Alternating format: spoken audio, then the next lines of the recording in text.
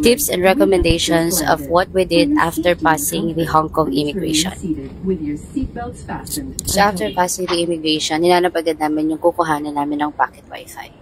So we booked this via Klook for 1,134.90 and this is from November 16 up to November 20 na. Pakita nyo lang sa kanila guys yung QR code katulad nito and then you're good to go. So i-instruct naman nila kayo kung paano gamitin yung pocket wifi bago nila ibigay.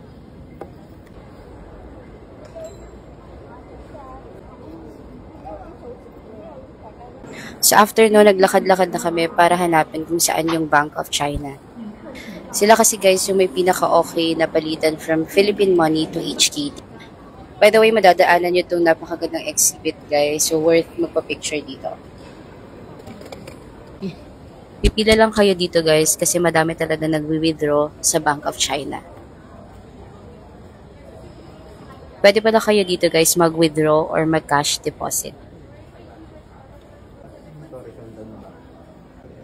So, yung ginamit ko dito guys, as mentioned, is yung GoTime card ko. Kasi sila yung may pinaka-okay na palitan. Ito yung difference guys, nung palitan from Bank of China via GoTime and dun sa mismong money changer nila sa airport. Next guys is Octopus card.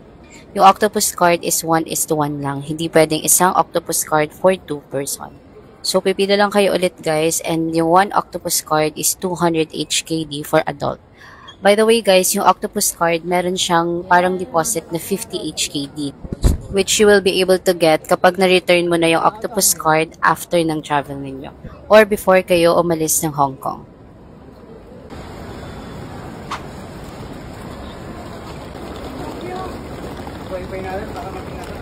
After getting our Octopus card, hinanap na namin yung sasakyan namin for our first destination which is yung Citygate.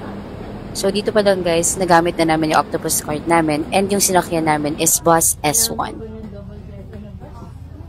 And that's it guys. Kung meron ako na-miss na info, just comment and try ko sagutin lahat.